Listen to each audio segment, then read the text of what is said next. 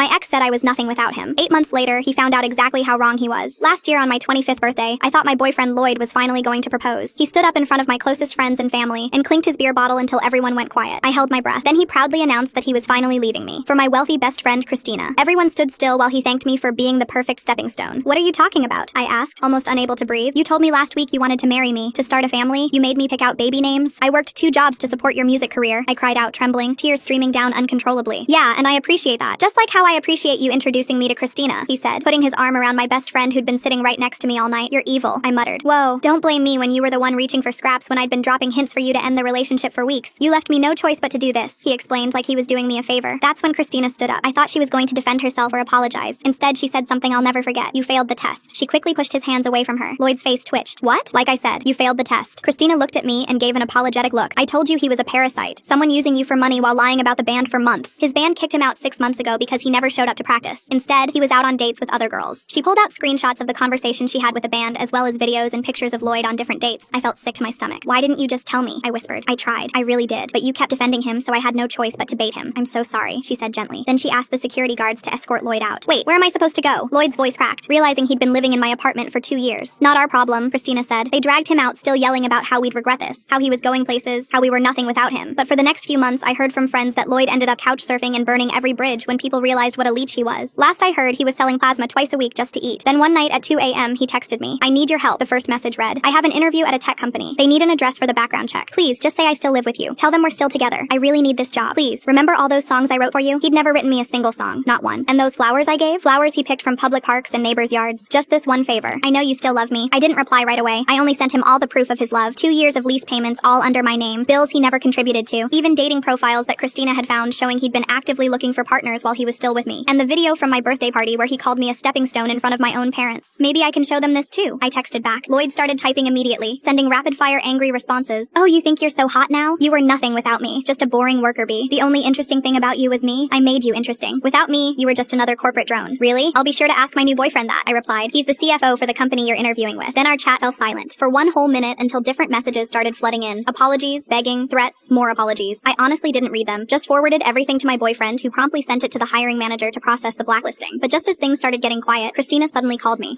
Huge emergency. It's about Lloyd. Check your DMs ASAP. My hands shook nervously as I opened up our chat. I froze and cursed under my breath because this time it wasn't just apologetic begging. It was something else entirely. Full story on channel linked below.